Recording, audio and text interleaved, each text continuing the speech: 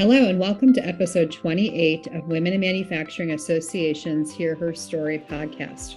My name is Allison Graylis, and I am the president and founder of the Women in Manufacturing Association and Education Foundation.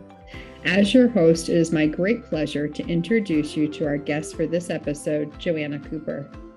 Joanna is the general manager of the Mount Holly at Daimler Truck North America facility. She manages a team of nearly 2,000 staff that produce the Freightliner M2 and SD Plus medium truck 2D trucks. She graduated from University of Detroit Mercy for undergrad and has her MBA as well. And she speaks frequently on industry management topics and best practices. Joanna also is a member of the Women in Manufacturing Association Board of Directors. Welcome, Joanna. Thank you, Allison. It is so great to be here today. Well, we so appreciate you being a part of our Hear Her Story series, and we appreciate your willingness to share your story with our audience. So before we get into your career journey, I'd love for you to share a little bit about your background and tell the audience a little bit about your early beginnings. Well, Allison, I am from Detroit, Michigan. I was born and raised there. I went to Detroit Public Schools. I say that specifically because having a public school education in a city that's had ups and downs over the years with regards to what it contributes to the rest of the world, I think is really important. I played basketball growing up, so I was an athlete. I also was in church, and I also played the cello. So needless to say, time management was one of the things that was thrust upon me early on, trying to navigate all these different things and being an exceptional student.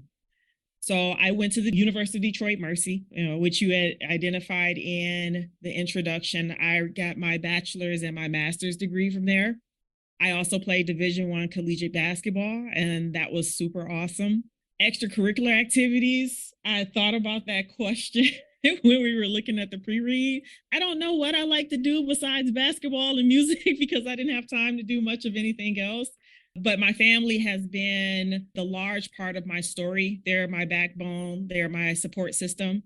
My mom and my dad, they migrated from Louisiana to Detroit for more opportunity and to create a life for my sisters and I to have opportunities that they didn't have growing up, but so that we could say yes to a lot of different things in our lives and do whatever it is that we wanted to do. And I really appreciate them for that. So you were a busy person pursuing both athletics and trying to excel academically. And I have to say, you were one of the most organized people I have met. And I love your planning systems and your big organizer. And it's critical. So in those early upbringings of kind of managing your own personal life, has a lot of that applied as you're managing a facility and resources and operations at Mount Holly? Yeah, absolutely. Sometimes we don't always think about how our upbringings actually translate over into what we do on a day-to-day basis.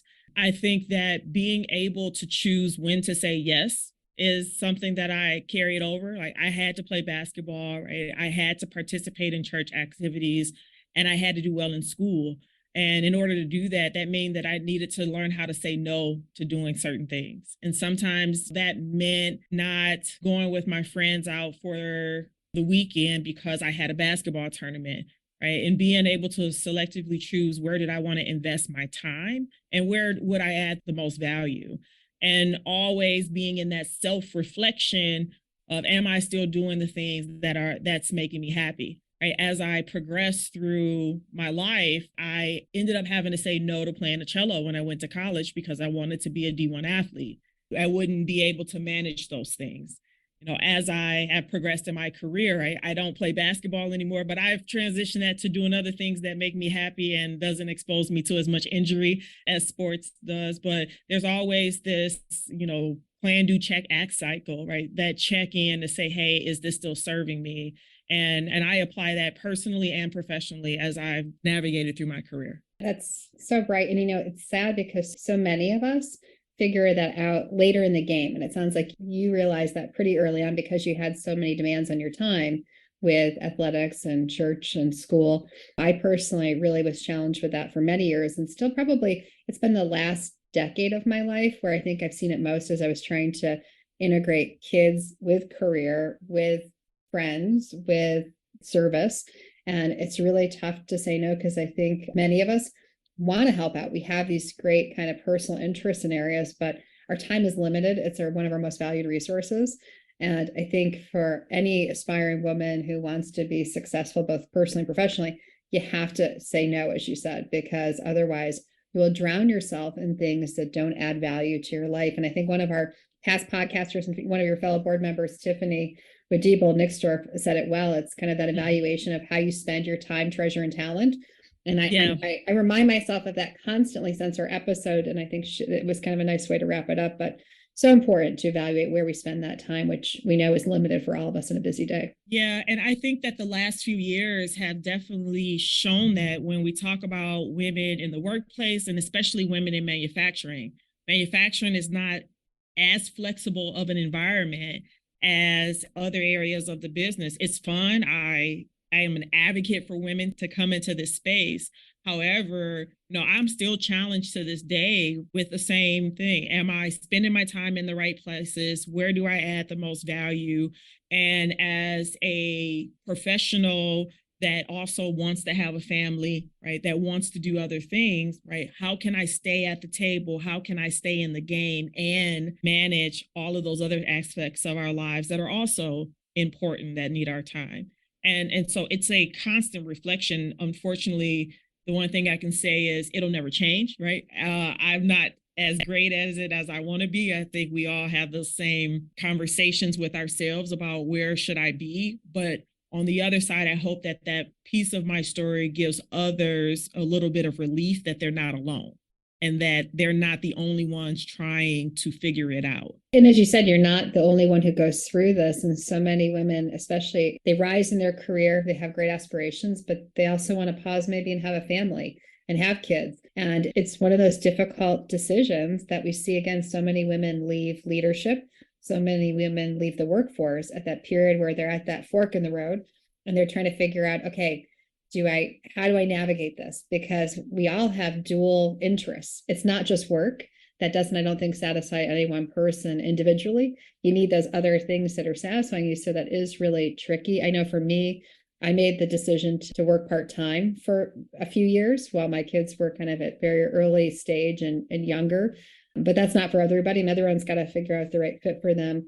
You mentioned flexibility, and interestingly enough, we just did our annual research with Thomas, a Xometry company, and we cited in our survey some key findings. And one of those was that women who are in industry, as well as women in the workplace, most desire flexibility.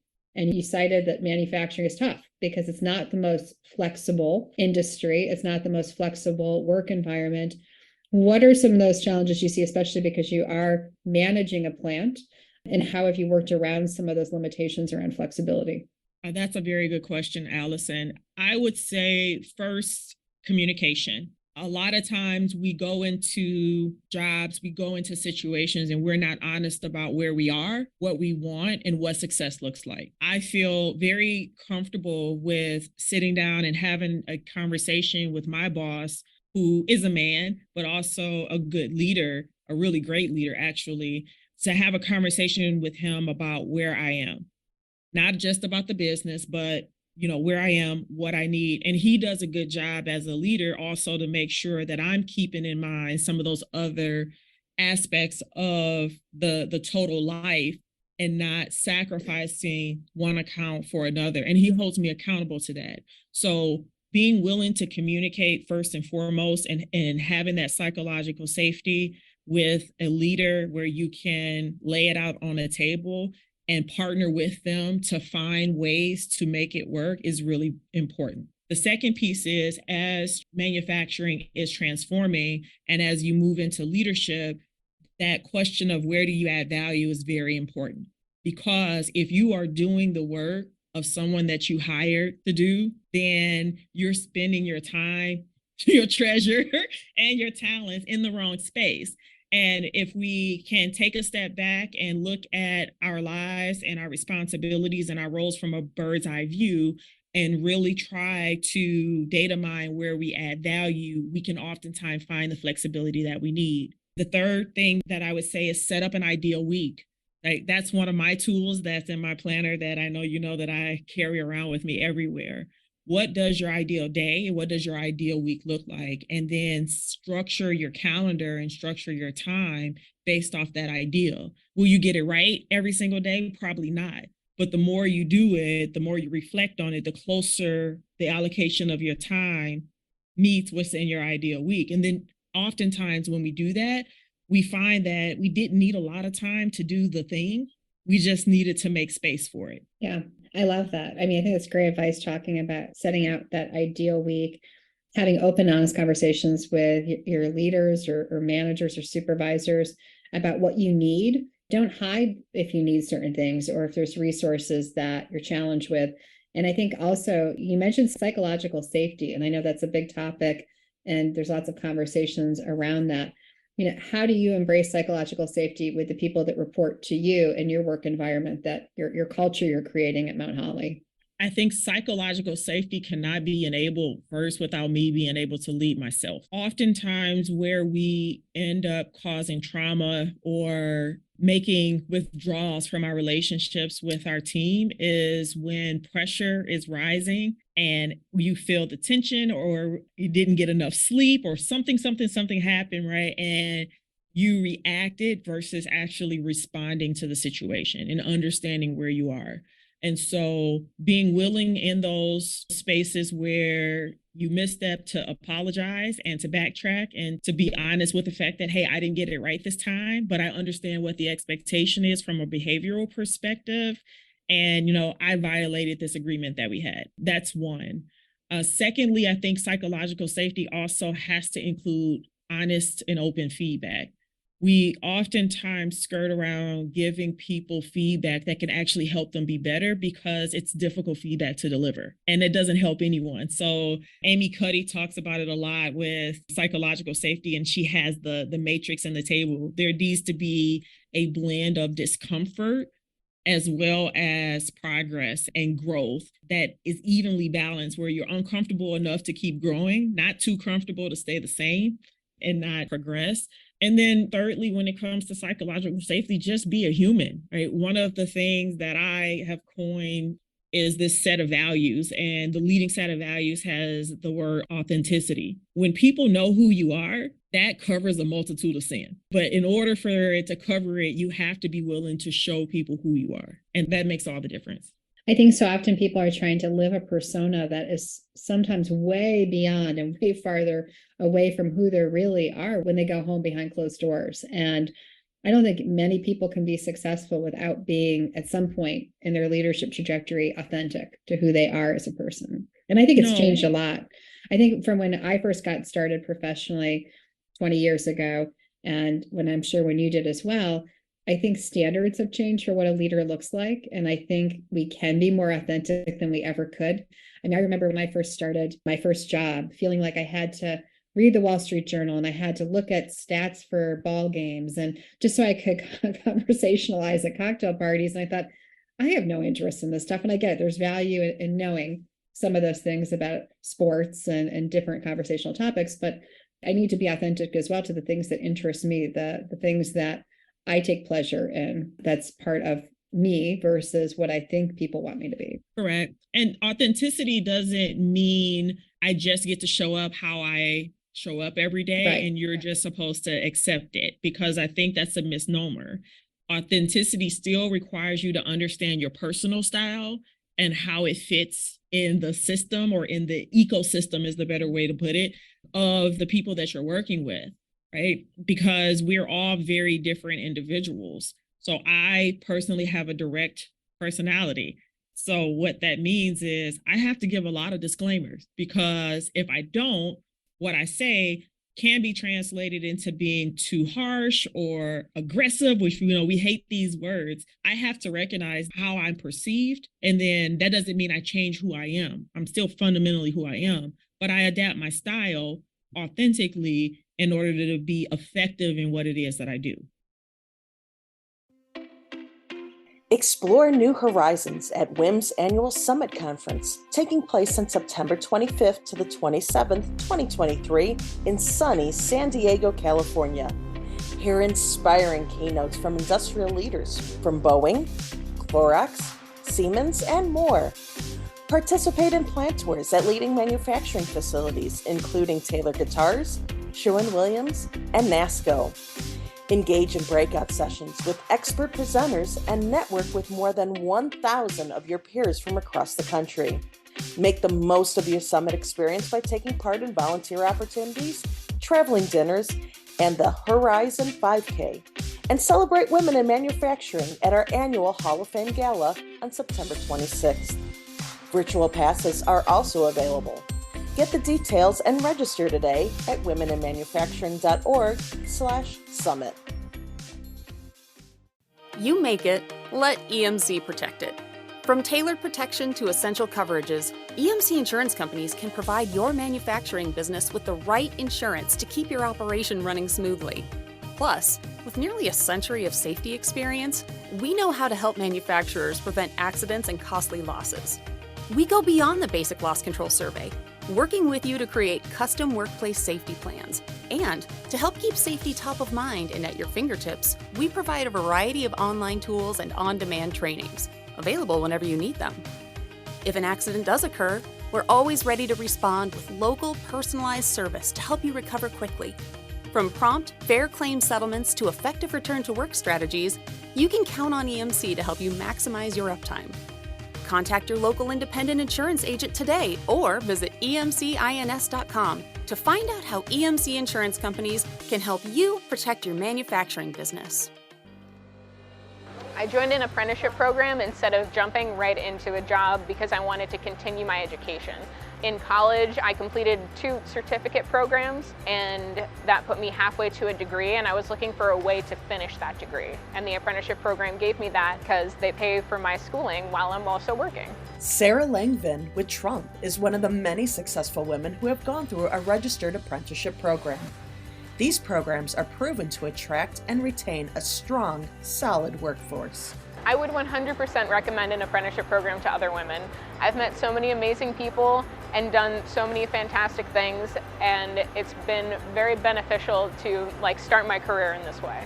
To find out how you can start a registered apprenticeship program at your company or to join a program, log on to womeninmanufacturing.org, keywords registered apprenticeship programs. So you mentioned your core set of values, and I love your acronym ACTIVE. So can you tell us a little bit about what all of that acronym stands for, and as well how you arrived at that set of core values? Absolutely. So ACTIVE stands for authenticity, courage, trust, integrity, vision, and empathy. And then it spells out active because at the end of the day, I have to get things done. I say this a different way on the plant floor, but we're on a podcast and this is recorded for all to hear. So when I was applying for a promotion a few years ago, we have to put together these 30, 60, 90-day plans. And so with that, you have to take the time to think about, what would you do in your first 90 days? And I think there's an action piece of it, but then there's also a mindset piece of it. And so I was attempting to try to frame all of these different caveats of who I am in something short and succinct and something that I could carry along with me. And with a little bit of sharpening from a very good friend of mine, where I was able to actually get it into an acronym, which just makes it really cool. But fundamentally, what it means is that authenticity is important, but it's also parallel to courage, because it takes courage to be authentic. It takes courage to show up as the person who you actually are every single day, because as we are in our professional lives and even in our personal lives, we're always seeking for this confirmation or for that person to come and tap us on the shoulder and say that we're ready or we're good enough, and wanting to be whatever it is that we need to be in order to achieve where we want to go. Where on the other side, showing up and having the courage to show up authentically, that means that I might not get to where I want to be within this organization or within this space or at this time, but I'm happy with the person that I'm looking at in the mirror at night when I'm getting ready for bed, and I am hyped up about what tomorrow may bring, right? Trust, I think, is integral from a leadership perspective to also be able to build that within a team. Integrity is your word, and that's all you have at the end of the day. Not your work, but your word. And so living with and leading with integrity and being willing to make that the right decisions, not the popular decision, is really important. People watch you in those seasons. As a leader, vision is very important. Can you see the future? I have a vision board. I look out 20 years when it comes to where it is that I want to be. And not because I have to get there, but it sets a trajectory mentally for myself of what actions I need to take today that will hopefully get me to that end result. And then finally, empathy. We need people, and people are all around us, especially in manufacturing. And it's easy to have an opinion or a perspective about what I want, but the success and failure and cohesiveness of any team has to do with the willingness to understand the other perspective. That doesn't mean agree, but at least to be willing to understand, to set my own biases and my own beliefs aside and try to absorb what's coming at me. That is a great set of core values, and how wonderful they got to work into a snazzy acronym that people can remember, and that it also helps you as you're framing it to those that you're managing and leading and talking to. So I know that self-care is important to you. And, obviously it's something I think that all of us are taking stock of present day. I mean, we all know that burnout's a real thing. One of the highest percentages of burnout is being explored and experienced, unfortunately, by working women and people in the workplace. Ideally, pandemic we came out of us understanding the more human person that comes to work each day.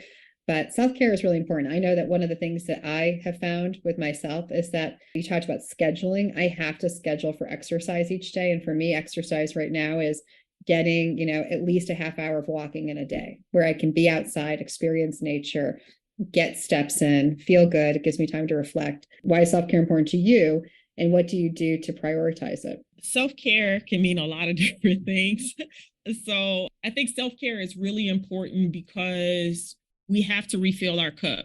As leaders and in the worlds of manufacturing that we're in, we're always pouring ourselves out. So it's more to me about what's going to refill my cup. So from a traditional self-care perspective, I get my hair done every week. I get my nails done every 3 weeks. When I was in Detroit, I got my nails done, I think, every 2 weeks. And everybody knew I got my nails done at Friday at 3:00. And since I like schedules and routine, that was my nail appointment. And I never moved it for anybody, not even my plant manager. The only person that can get me not to get my nails done is Jesus. So that was really important to me. And it was a boundary for my time because I had worked hard long enough to say, hey, this is some time that I'm taking for myself. And when I moved to North Carolina, self-care in that area looked like flying back to Detroit every month and not stressing myself out to try to hurry up and find someone, but saying, hey, I have the opportunity. It's a quick flight. I'll fly home once a month. I'll see my family. I'll get my hair done. I'll get my nails done. I'll refill my cup and I'll come home. I do a weekly preview, and similar to you, I wanted to get back into more exercise because it's easy to get stuck sitting down. Well, recently I've turned most of my one-on-ones into walking meetings. North Carolina is beautiful and there's a lot of sunshiny days. So I'll say, hey, let's go for a walk, and can have a great conversation, can have even some of the more difficult conversations. I can get my exercise in and I don't have to schedule it afterward, and I can somewhat habit stack. So I choose to do those things that, that refill my cup. I'm a morning person, so I wake up very early in the morning and I don't talk to anyone. I typically don't accept meetings until about 10 a.m. because I'm sharper in the morning and I have to sleep at night. And so I'm very rigid around my bedtime and making sure that I get 7 to 8 hours of sleep every single night. And, those are some things that I choose to do because I know that if I do them, then I'll be better for my team who I'm here to lead and support. I think that's great that you have that structure. And I think, again, it cites back to when you were younger and you had a plan and purposely spend your time. But I like that concept of kind of knowing when you're sharpest and when you work best, and, scheduling some of that time just for you to get some of that tough work done. That I know for me often doesn't happen till at night because you're stuck in meetings all day and your time wasn't protected. So that's a really sharp practice that I think other people would probably benefit from deploying into their schedule, because we all have our different ways that we fill that cup, as you said, and how great that, you're not making excuses, you're making a priority to get back to Detroit or to get nails done or your hair done. Those things are so important for us. And then when we cancel those things, it has huge impacts on how we feel and our happiness and our satisfaction. And you then feel resentment. It's a whole then kind of unleashing of other things that aren't too positive. Yeah. And it's sometimes a little bit of a taboo topic, but as we progress in leadership and as our responsibilities increase, I find myself investing in time or buying back time, which means that I am looking for partners that provide services that I can take advantage of to free up time for doing things that it's not that I don't want them done or that I cannot do them, but it's not a valuable use of my time. Right. Or I need that time for my self-care or to spend with my family. And we don't talk a lot about that as women. We just try to do it all. But there's a lot of women that invest in services to free up time so that they can be present when they go home in the evenings with their children, not doing laundry every single day of the week. Yeah, I hear you. I've got the stacks to prove it. But it's true. And there should be no shame in asking for help. And that is, I think, the problem, that there is this, as you said, taboo around admitting that you need to field out some of those things to which others can do it better or more efficiently than you can. And I like your statement around, where do I add value? I sometimes look at some of the things I'm sure we all do in our either personal or professional life that you're like, why am I doing this? And I know others could be doing this more efficiently, and it's not a great use of my time. And it's not saying that we're better.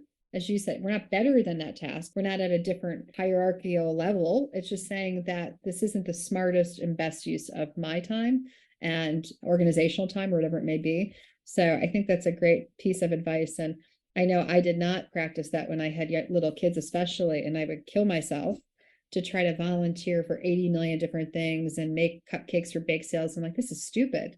Like, why? I worked all day. I'm coming home to make cupcakes, and at 10 o'clock at night after I'm doing all these other tasks that I had to kind of deal with. And yeah, people need to keep their sanity and find partners and solutions and services that can help make it easier. Yeah, but I also empathize with it because that was the example that was set. Right.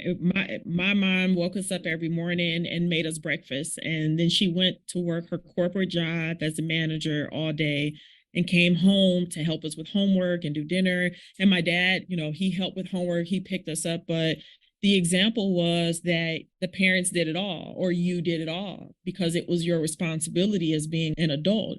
If we really want women to stay in the workforce, if we really want to have women in manufacturing, we need to be better examples of what balance looks like and almost reframe the narrative in a way that young girls can see themselves being in our world and having a family.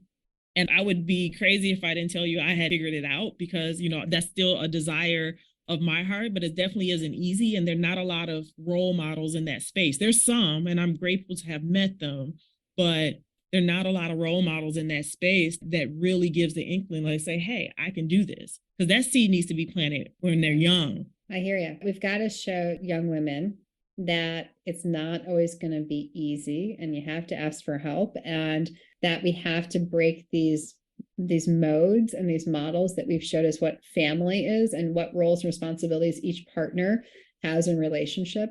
And I agree. I grew up with a stay-at-home mom. It was a very different experience than what my kids have experienced. And we have to change the narrative around that to keep more people in the workplace, more women in the workplace, more women in manufacturing, for sure. And again, it all kind of ties to many of those core values that you spoke of, the authenticity, the courage, the trust, integrity, all of that is really critical and pivotal for that change to happen. So as you look at challenges that maybe you've experienced in your career, are there any that were significant or highly significant in your career? And as well, how did you learn from maybe one of those critical challenges or experiences? I would say it was an opportunity that was a challenge, or it was a prayer request that became, or a praise report that became a prayer request. So when I was in high school and I played the cello, I got an opportunity to travel to the UK. touring around Wales and Cardiff and London, and of course, sightseeing. And I remember engaging with the people and how it felt. And I said to myself in my spirit, right, one day I want to be able to live abroad. And I kept that in the coffers of my heart. I didn't really talk about it. I think I was 16 years old at the time. Fast forward, I got an opportunity to work for this globally represented company, Daimler AG, what we were called at the time, and in the purchasing department, which was a global department. And I remember starting to have conversations with my leadership and with skip levels about, hey, whenever there's an opportunity, I would love to work overseas. So I got that chance working for Daimler to move to Germany, working in the purchasing department. And I lived there from 2012 to 2015. And I won't give you the typical hard part about learning the language and everything else. But when we grow up in a space, that is what we know. And when I moved to Germany, a lot of my fundamental belief system got thrown up in the air. And when it landed, it wasn't black and white anymore. It was really like this beautiful mosaic. And that was hard because when you start challenging beliefs, right, you're getting to the core of who people think that they are. And that was tiring. It was frustrating. It was definitely a learning experience, but I grew up because of that experience, right? Just because I was an adult didn't mean I grew up. Like that experience definitely transform who I am as a person. And I think it also gives into who I am as a leader and that empathy piece of my value package. And so what I've learned is that if I think that I know something, to be curious and ask questions, because what I think I know, is it really something that's actually true, or is it just based off of my learned perspective? Because oftentimes we're not dealing with the black and white, we're dealing with perspectives. And it could be hard, but right, always being willing to challenge my biases, challenging what I think I know. I'm the type of leader, if you tell me, well, that's how it's always been, I'm going to look at you sideways. Say, go back and try again. I don't care, right? Go back and try again. And that mentality has definitely helped me. That is really cool that experience so changed you, as you said, helped you really become an adult. Do you have aspirations to go back overseas and live abroad again? Oh, absolutely. I loved my life in Germany. I would go back in a heartbeat if I could, but it also did its work. And my friends there are friends for life. I still talk to them regularly. I was with a girlfriend of mine not too many months ago for St. Patrick's Day. Like they're my people. They are my family. I love that. So as we wrap up our conversation today on Hear Her Story, we often ask guests, what's that one piece of significant advice that you'd want to share with listeners, including that next generation of women that we hope follow you and all of us in this manufacturing space? Say yes. That is my piece of advice. I would have never made it to manufacturing, like literally on the plant floor, had I not been willing to say yes to new opportunities. You may not know what you want to be when you grow up. That's okay. Most people don't. When I graduated from college, I have a finance degree and an MBA. I would never work a day of finance in my life, but I'm very good with money. But saying yes to new opportunities and being willing to try new things led me to where I am. And then now I'm just saying here, like, say yes, because you might find yourself making it to a space that you couldn't see, but it was waiting for you. Be curious enough to continue to say yes. That is great advice. Joanna, it has been such a pleasure to have you as a guest on Hear Her Story and have the opportunity to have this conversation with you and learn more about your background and experiences. So thanks for sharing and thanks for being a part of our podcast today. Thanks for having me, Allison. Can't wait to see you in person soon so I can give you a hug.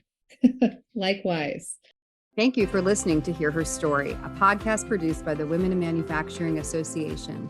Be sure to share, review, and subscribe to Hear Her Story on Apple, Google, Spotify, or wherever you like to listen.